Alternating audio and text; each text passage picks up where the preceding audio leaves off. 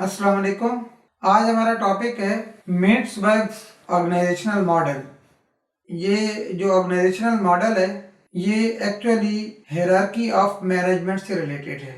इसमें मेट्सबर्ग ने ऑर्गेनाइजेशन की हायरार्की को 5 हिस्सों में डिवाइड किया है और पूरी जो ऑर्गेनाइजेशन के एम्प्लॉयज़ हैं उनको 5 हिस्सों में डिवाइड करके बताया है कि ऑर्गेनाइजेशन के जो एरियाज़ हैं उनमें किस तरह जो लोग हैं वो बिल्कुल डिफरेंटली जो है वो फंक्शंस करते हैं और उनकी इम्पोर्टेंस क्या है। तो मेट्सबर्ग की जो 5 इम्पोर्टेंट एरियाज़ हैं मैं उनके वन बाय वन जो है वो आपको डिस्क्राइब करूँगा। तो उनके जो टॉपिक्स हैं और उनका जो ये नाम है वो पहले नंबर पे उसने सबसे टॉप मैनेजमेंट को स्ट्रेटजिक अपेक्स का नाम दिया। फिर उसके बाद दरमियान में जो लोग हैं जो ऑपरेशन में और प्रोडक्शन में हैं उनको लाइन मैनेजर्स का नाम दिया और ऑपरेशन एंड प्रोडक्शन के जो लोअर स्टाफ है उनको उसने ऑपरेटिंग कोर का नाम दिया। सो इस तरह हायरार्की में जो 3 हम अक्सर ये बात करते हैं कि जो ऑर्गेनाइजेशन के 3 मैनेजमेंट के लेवल हैं जिसमें स्ट्रेटजिक लेवल है और टेक्निकल लेवल है और ऑपरेशनल लेवल है। तो उसने यही 3 हिस्सों को दोहराया है जिसमें पहले में कहा कि स्ट्रेटजिक अपेक्स यानी टॉप लेवल मैनेजमेंट, दूसरे लेवल पे उसने कहा मिडल लाइन मैनेजर्स मींस के वो लोग जो दरमियान में आते हैं, मींस के हमने जो बाकी मैनेजमेंट की बुक्स हैं उसमें टेक्निकल मैनेजर्स के नाम से वो पहचाने जाते हैं। ये सब उसने जो तीनों नाम जो बताए हैं ये ऑपरेशन या प्रोडक्शन के डिपार्टमेंट के कहे हैं। उसके बाद तीसरे नंबर वाला ऑपरेटिंग कोर। तो इस तरह ये 3 हिस्से तो ये हो गए और 2 हिस्से उसने और किए हैं। तो वो कौन से 2 हिस्से हैं? एक को उसने नाम दिया टेक्नो स्ट्रक्चर और दूसरे को नाम दिया है सपोर्ट स्टाफ। अब इन पांचों का मतलब क्या है और इनको थोड़ा सा एक्सप्लेन करते हैं सो दैट के इस मेट्सबर्ग के ऑर्गेनाइजेशनल मॉडल का समझ आ जाए। तो इसमें जो पहली किस्म के लोग हैं स्ट्रेटेजिक अपेक्स वाले, वो टॉप मैनेजर्स हैं जिनका मकसद और मतलब और उनका जो काम है उनका जो फंक्शन है वो मेजर फंक्शन ये है कि वो ऑर्गेनाइजेशन के ब्रेन के तौर पे काम करेंगे और वो थिंक टैंक के तौर पे काम करेंगे और वो ऑर्गेनाइजेशन की स्ट्रेटजी बनाएंगे और ऑर्गेनाइजेशन के प्लान बनाएंगे और ऑर्गेनाइजेशन को उस प्लान के मुताबिक चलाने के जिम्मेदार होंगे। तो इसका मतलब यह है कि वो ऑर्गेनाइजेशन की जो टॉप टीम है वो ऑर्गेनाइजेशन को लीड करती है और वो ऑर्गेनाइजेशन के जो जितने फंक्शंस हैं उन तमाम को स्मूथली चलाने में और उनको लॉन्ग टर्म में उनको जो है वो अपने जो ऑब्जेक्टिव सेट किए हुए थे उस ऑर्गेनाइजेशन के ऑब्जेक्टिव्स को अचीव करने में बुनियादी किरदार अदा करती है। यानी कि ये इम्पोर्टेंट लोग हैं जो इस बात के ऊपर इनका फोकस है कि ऑर्गेनाइजेशन की डायरेक्शन हमने कैसी रखनी है और ऑर्गेनाइजेशन को गोल तक कैसे पहुंचाना है। और इनका जो मेजर जो इनका कंसर्न होगा कि जितने स्टेक होल्डर्स हैं ऑर्गेनाइजेशन के, जितने स्टेक होल्डर्स हैं उन तमाम की जो नीड्स हैं उनको पूरा करना है और इनको सपोर्ट करने के लिए जो नीचे डाउन दी लाइन ऑर्गेनाइजेशन के अंदर जो है वो लोगों तक इनकी जो डायरेक्शंस हैं, इनकी जो इंस्ट्रक्शंस हैं, इनके जो प्लान्स हैं उनको इम्प्लीमेंट करने के लिए नीचे डाउन दी लाइन पहुंचाना जो है वो मिडिल लाइन मैनेजर्स का काम है जिनको हम टेक्निकल मैनेजर्स कहते हैं। सो इन जो मिडिल लाइन मैनेजर्स हैं उनका जो मेजर फंक्शन है वो ये है कि उन्होंने ऑर्गेनाइजेशन की जो इंस्ट्रक्शंस हैं उनको डाउन दी लाइन कम्युनिकेट करना है और एक कनेक्टिविटी का करेक्टरिस्टिक्स इनके अंदर है कि ये कनेक्टिविटी क्रिएट करेंगे between the operating staff and strategic managers. तो इसकी जो फॉर्मल डेफिनेशन लिखी हुई है, middle line management ensures communication and building relationship with people, with strategic managers and operating staff। इसके बाद टेक्नो स्ट्रक्चर कौन है? टेक्नो स्ट्रक्चर वो लोग हैं जो उस ऑर्गेनाइजेशन के बड़े इंपॉर्टेंट लोग हैं जो टेक्निकल नॉलेज रखते हैं उस ऑर्गेनाइजेशन का, जो नॉलेज पर्सन के तौर पे पहचाने जाते हैं।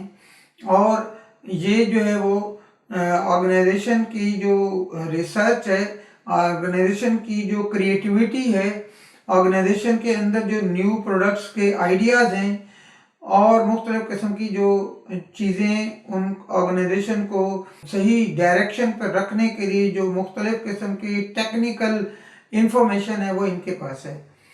तो ये कौन से लोग हैं जो ऑर्गेनाइजेशन में इनोवेशन का काम करते हैं, रिसर्च एंड डेवलपमेंट का काम करते हैं, फार्मूलाज इनको मालूम हैं, टेक्नोलॉजी से रिलेटेड इंफॉर्मेशन इनको मालूम है, सिक्योरिटी से रिलेटेड इनको इंफॉर्मेशन मालूम है, और रिसर्च के लोग हैं, स्पेशली जो मार्केटिंग में रिसर्च के लोग हैं कि कस्टमर्स की क्या डिमांड्स हैं, कस्टमर को कौन से सेगमेंट को हमने जो है वो हिट करने हैं और कौन से सेगमेंट को जो है हमने इग्नोर करने हैं, कौन सा हमारा जो है वो सेगमेंट जो है वो बेहतरीन तरीके से और अच्छे तरीके से सेटिस्फाई हो रहे हैं और बाकी जो सेगमेंट्स हैं उनके क्या कंसर्न्स हैं।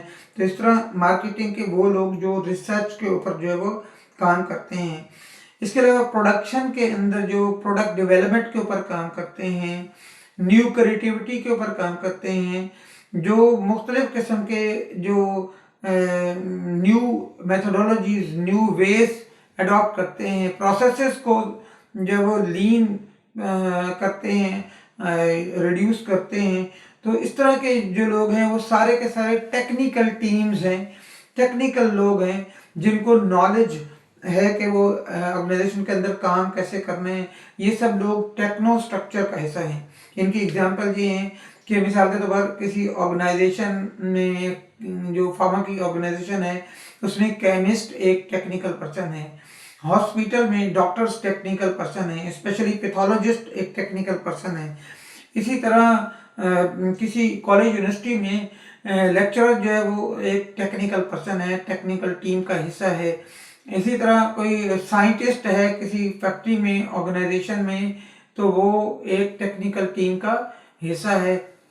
ये सब लोग टेक्नो स्ट्रक्चर्स कहलाते हैं और इनको ऑर्गेनाइजेशन जो है वो डिफरेंटली ट्रीट करती है देन अदर पीपल। इनके पर्क्स, इनके साथ कंट्रैक्ट, इनके साथ जो ट्रीटमेंट है वो बिल्कुल डिफरेंट होती है। इनकी केयर करनी पड़ती है, इनका ख्याल रखना पड़ता है, इनकी ज़रूरियत को पूरा करना पड़ता है। ये अपनी टर्म्स मनवाते हैं ऑर्गेनाइजेशन से, जबकि जो बाकी स्टाफ है वो ऑर्गेनाइजेशन को फॉलो करती है, ऑर्गेनाइजेशन की पॉलिसी को फॉलो करती है, और ये लोग उससे एक्सेप्शन हैं।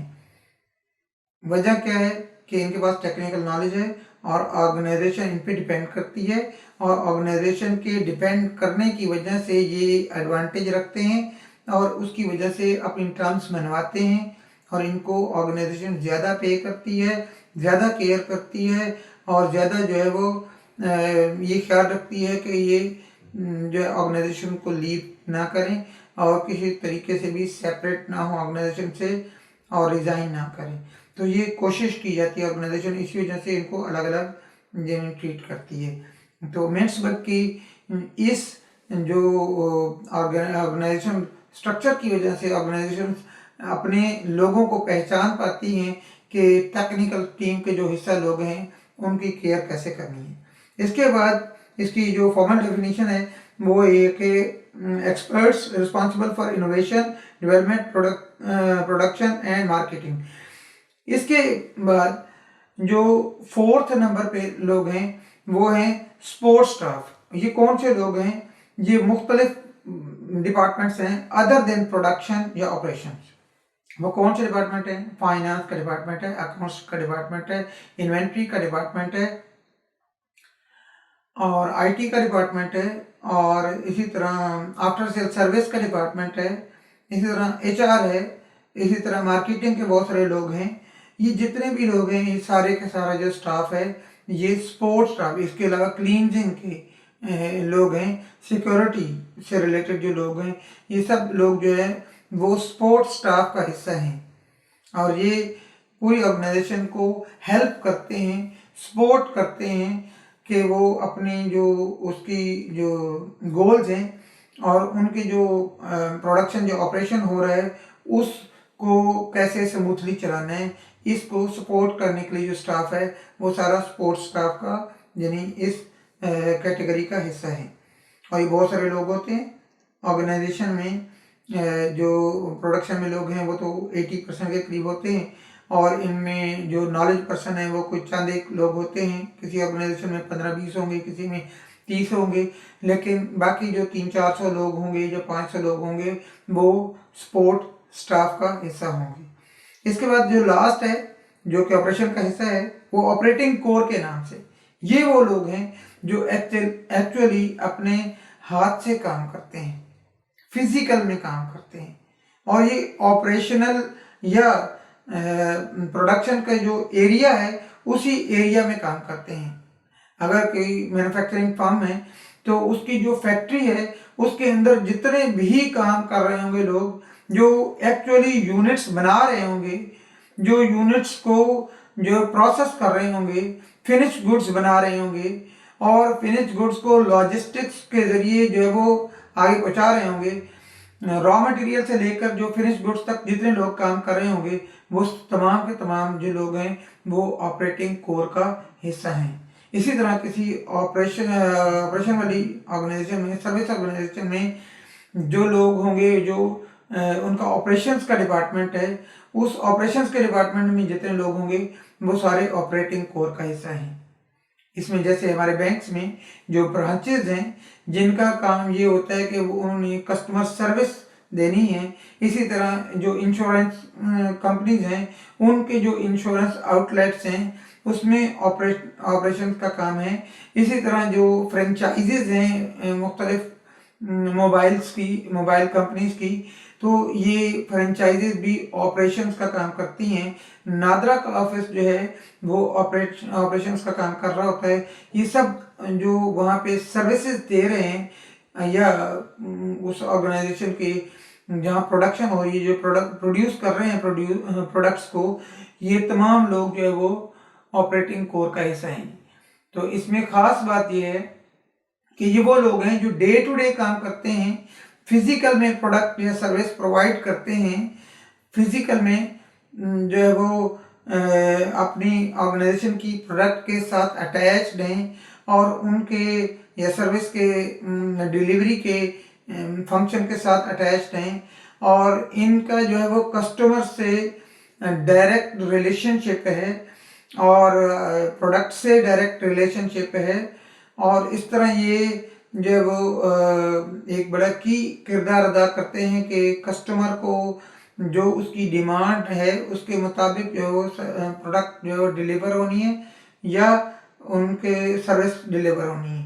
तो ये जो लोग हैं वो डे टू डे काम कर रहे हैं, और जितनी ऑर्गेनाइजेशन के ऊपर से इंस्ट्रक्शंस हैं, जो प्लान्स इनको दिए जाते हैं, एग्जैक्टली उन्हीं प्लान के मुताबिक काम करते हैं। तो मिन्सबर्ग ने 5 हिस्सों में लोगों को डिवाइड किया।